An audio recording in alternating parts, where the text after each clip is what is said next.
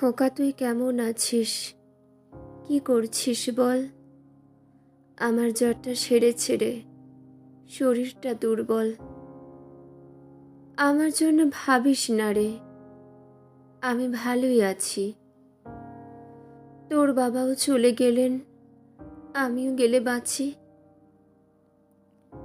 কতদিন তোর সঙ্গে ফোনে হয় না কোনো কথা, তাই তো তোকে ফোনে পেলে ঠিক থাকে না মাথা।